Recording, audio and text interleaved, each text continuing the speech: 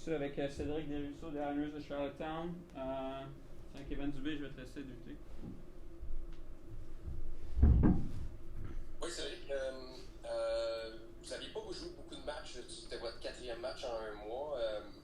Est-ce que tu as eu l'impression que ça a paru un peu en début de match? On a senti après ça que vous avez pris votre rythme plus le match avançait. C'est-tu un peu ce que tu as vu aussi? Oui, c'est sûr qu'on a eu un peu un petit slow start. Ça faisait un bout qu'on n'avait pas joué. Mais en même temps, je pense que ce repos-là va être bénéfique pour nous au long de la série. T'sais, dans les séries, pour jouer à un high pace autant élevé puis à jouer des grosses minutes comme ça, il faut être reposé. Donc notre semaine de repos qu'on a eu lorsque Victo jouait, il faut essayer de le prendre à notre avantage. Tu as un historique avec Victoriaville, là, évidemment. C'est toujours un peu spécial de jouer contre les Tigres puis en plus de marquer un but, le but gagnant en prolongation. Oui, c'est sûr que de l'autre bord, je connais gros des gars de ma région, c'est l'équipe qui m'a drafté. Mon cousin il est coach de l'autre bord, tout ça. Fait que je prends ces petites affaires-là comme des motivations personnelles. Puis j'essaie juste d'amener mon meilleur puis de me motiver avec ce genre de choses-là. Parlant de motivation, tu sais, vous n'aviez pas affronté l'équipe du Québec de l'année. Fait que là, il y avait quand même du monde, malgré le fait que vous avez fini premier au classement général, qui se disait « Ouais, mais ils ont affronté les Mosets, ouais, mais ils ont affronté les Eagles. » Est-ce que pour vous, c'est important quand même de prouver que vous êtes une équipe sérieuse, malgré le fait que vous avez joué contre des équipes peut-être un peu plus faibles en saison régulière? Oui, c'est sûr que c'est notre objectif de montrer à tout le monde qu'on n'a pas fini premier au classement pour rien. T'sais, oui, on a joué contre les deux mêmes équipes, mais c'est pas nous qui avons choisi de jouer contre eux. T'sais, on aurait voulu avoir plus d'adversité contre d'autres équipes. Fait qu'on va prendre cette série-là pour montrer à tout le monde qu'on n'est pas juste une équipe qui peut battre les deux mêmes équipes, puis on va prouver ça à tout le monde. Jason? Cedric, congratulations on the win tonight. Walk us through the overtime winner and what's it like to be able to score your first game-winning goal in your last season in the Q. Your first game-winning goal in the playoffs in your last year in the Q. I mean, it was awesome. Just to start that series with a win, it's huge, and it was a huge team effort. And after the goal that we let at the end of the third, we needed a way to get out of that game with the win, and I'm pretty happy that we did it. How important was, I think it was Lucas that drew the defense or the forward to him and gave you more of a clear shot. Yeah, that's a play that we practice a lot in practice, and this year I scored a few goals like that, and I knew I was about to do it, and I just used that D as a screen, and the top was wide open, so I shoot it right there. Didn't look like there was much separating these two teams. What was it like to play in that game? A little bit of a roller coaster with the scores going back and forth. Yeah, that was a fun game, but I think we had to improve our game a bit on a few aspects of our game. So last series after you beat Bathurst in game 1, and you probably saw their best effort there in game 2. Yeah, but I mean, us and them, our season is on the line, so we cannot get some rest while we play. So we're gonna expect them to come out hard, and we're gonna be ready for that, and we're gonna be stronger tomorrow night. Sorry. One word that's often used to describe this franchise, this team, is resilient. Cedric, did you guys prove that again after killing the 5-on-3 and then giving up the goal late in that minute and a half left in the third, and then come back to win in overtime? Yeah, I mean that shows how tight we are, how mature we are. It would have been easy to lost our focus. Guys did a really good job, and I think that's a huge part of our win tonight. Thank you very much, Cedric, and congratulations. Best luck tomorrow. Thank you very much, Jason. Merci, Cédric. Merci à toi.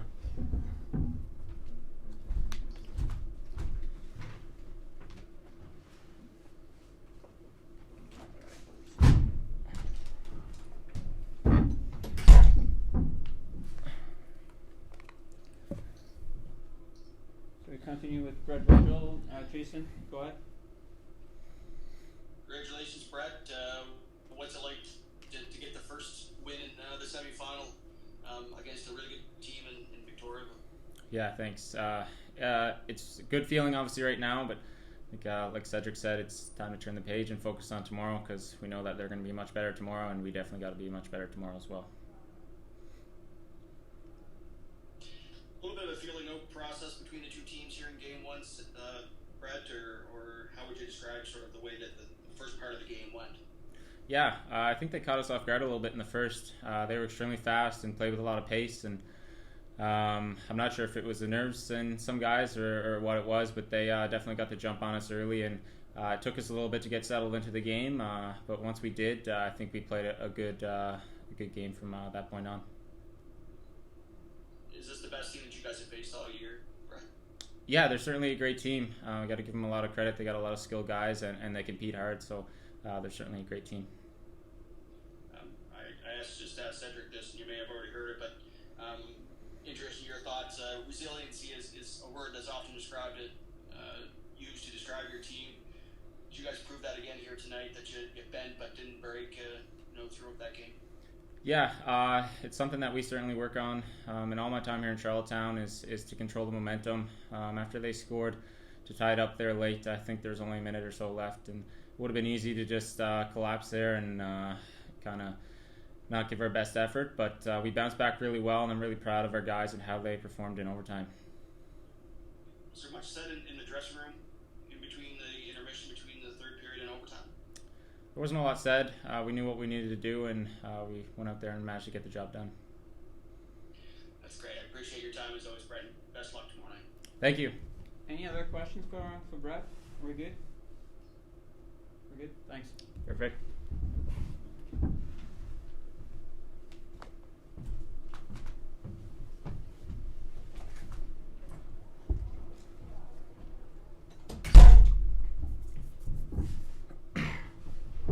Last player is Zachary Beauregard. So Jason, and once again, I leave you the first question. Zach, congratulations on the win. What was it like being on the ice there in that third period, down two skaters and trying to preserve that victory? I mean, it's a great feeling that gyms have faith in me to go on the ice on a 5-on-3 like this, and I was ready. Like, we prepared a lot in practice in those type of situations. And I think I just seized the moment with the boys on the ice, and then we all knew what we had to do, and then we weren't surprised that we could have killed that penalty without getting scored on, and we executed well as well, so that was no surprise for us. How big of a game is tomorrow night for you and your teammates? It is obviously a big game because we want to get a lead of 2-0 in the series, and it's a great feeling to win tonight so we can have a lead, but the job's not done yet, so tomorrow is also a big game, and then I think we all want it so badly that we definitely going to give our best effort on the ice. Is there still more for this team to give? Did we see the best effort from the Charlottetown Islanders here tonight? There's always more to give. That's obviously that's our type that we play with. We've been playing like this throughout every year that I've been with the Islanders, and then it'll be no surprise for us to come out tomorrow and be even better than we were today. That's great. Appreciate it, Zach, for me. Thank you. Best luck tomorrow night. Thank you. D'autres questions pour Zachary? C'est bon, merci beaucoup. Merci.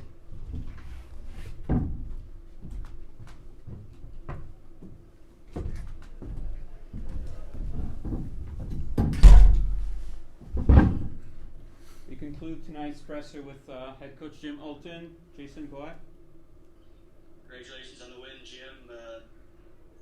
Is that just sort of a textbook Islanders sort of win? You bend, you don't break, and you show your resiliency, giving up a goal late in the third period, but bouncing back and winning it in overtime? Yeah, I'm not sure if it's trademark. I'm not sure that's how we would have drawn it up, but there's no style points. We're in the semifinals. I thought it was a hell of a game. It was a great hockey game. If you're a fan, it was a little bit hard on the blood pressure and the gray hair if you're a coach, but you know what? I thought both teams battled extremely hard. I mean, this team comes at you quick. They're fast. I thought you could gradually see us adjust as that first period went on. I thought we were much better on the fresh ice in the second. You know, we kill off the 5-on-3. You hope you can close the deal, but again, they're a good team. This is two heavyweights going at it. They come back with a well-executed 6-on-5 goal, and then we got ourselves time to regroup, and fortunately got a power play and capitalized.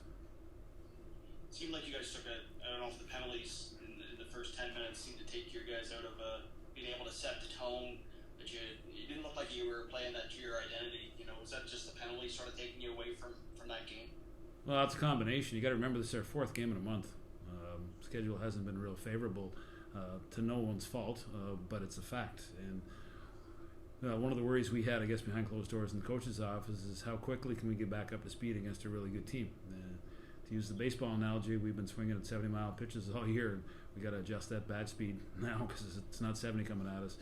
So the combination of a quicker team coming off with a lot of momentum behind them after a terrific Game 5 in the Blainville series, and then 2 bad penalties in the first 10 minutes, and all of a sudden their engine's rolling and we're reeling. So I thought we did a real admirable job of kind of steadying the ship there in the second half of the first, and even though we were down by a goal, at least we got ourselves calmed down. How important is it for you guys to come out ready early tomorrow? Because I just used what we saw from Bathurst in Game 2 after they lost Game 1 in the opener. I assume we're going to see probably the best effort from Victoriaville tomorrow night. Yeah, I think that's a safe assumption, but I think we're going to be a hell of a lot better. I think we've got our legs under us now. So the one thing I never worry about with this club, and I'm sure Carl's the same with his, it's never going to be a lack of effort at this time of year. It's not. It's all about execution. Can you get the balances? I mean, these kids are pouring their heart and soul into everything. Even the mistakes that are made out of the act for the team. So it all comes down to both teams are going to come out hard. Of course they are. I mean, we know what's at stake for us. They know what's at stake for them. So no worries there that both teams are going to come out with incredible efforts tomorrow night. Stéphane Leroux? Hey Jim, did you see what you expect from the other team tonight, since you haven't played a game against them this year? You watched some videos, and was it the same that you expect, or? Yeah, you know what? It was everything we expected. We watched them a couple times here in the bubble, and obviously with the advantage of video nowadays, we've seen a lot of their games, and we know there's a lot of high-end, high-octane offense on that team, but they're also a team that competes really hard. I think Carl's done a really, really good job. I think they're a really well-structured team. They're one of the better teams through the neutral zone that I've watched on tape, so that they make life hard for you, and I thought it was 2 teams that have kind of a similar value system, and I think that's the result of a 1-goal game. Is it tougher for you guys to adapt, because you had to come over to play those games in Quebec, referees from Quebec, the rank that you're not used to play in, and would you say it's tougher a little bit for your team? No, I think we're excited to be in the semifinals, and I think we'd be willing to play it on Mars if they had a rink there. Really, now with the way as bizarre as this year has been, I think the reffing has been terrific when we came here. Our accommodations, it's a world-class facility. As a player, as a coach, if you can't be excited to be in this setting, then something's pretty off with you. So we're trying to enjoy the moment, and that was the message in the room in overtime: is let's play to win. Go have some fun. Enjoy this moment. This is an incredible spot to be in. Thanks. Good luck. Thank you. More questions for Jim? We're good? Thanks, Coach. Just Yep. one last one there, Jim.